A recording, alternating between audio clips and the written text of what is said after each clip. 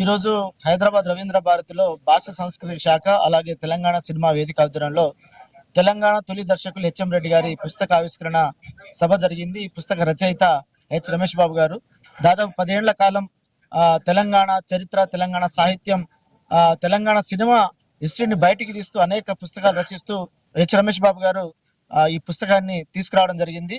ఇది తెలంగాణ సినిమా సమాజానికి, తెలంగాణ ఇప్పుడు అప్కమింగ్ వాళ్ళకందరికి కూడా ఈ పుస్తకం ఎంతో ఉపయోగపడుతుంది. చరిత్ర లేదని ఎక్కిరించిన సందర్భంలో, చరిత్రే కాదని చెబుతున్న సందర్భంలో, తెలంగాణకి సినిమా చరిత్రే లేదని ఇవాళ మాట్లాడుతున్న సమయంలో ఈ పుస్తకం రావడం ఇది ఒక ఆణిముత్యం లాంటిది, ఒక మార్గదర్శకం లాంటిది. ఈ పుస్తకాన్ని కూడా నేటి తరం చదవాల్సిన అవసరం ఉంది. అలాగే తెలంగాణ యొక్క సినిమా అభివృద్ధికి ప్రభుత్వం కూడా అనేక విధాలుగా కృషి చేయాల్సిన అవసరం ఉంది. ఇలా తెలంగాణ సాహిత్యాన్ని, తెలంగాణ సినిమాని బయటికి తీసుకొస్తున్న వాళ్ళకు కూడా ప్రభుత్వం అనేక రకాలుగా కూడా ప్రోత్సాహాలు ఇవ్వాల్సిన అవసరం ఉంది. అయితే తెలంగాణ సినిమాపై వివక్షత కొనసాగుతా ఉంది.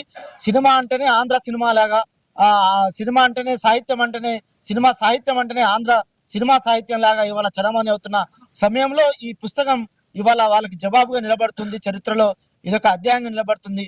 రమేష్ బాబు గారికి తెలంగాణ సినిమా వేదిక తరపున మేము ధన్యవాదాలు తెలియజేస్తా ఉన్నాం.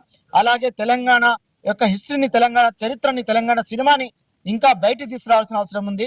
పైడి జయరాజు గారు కావచ్చు, కత్తి కాంతారావు కావచ్చు, నారాయణ రెడ్డి గారు కావచ్చు, అనేక మంది ఇవాళ తెలంగాణ సినిమా అభివృద్ధికి పాటుపడ్డ వాళ్ళు అనేక మంది ఉన్నారు.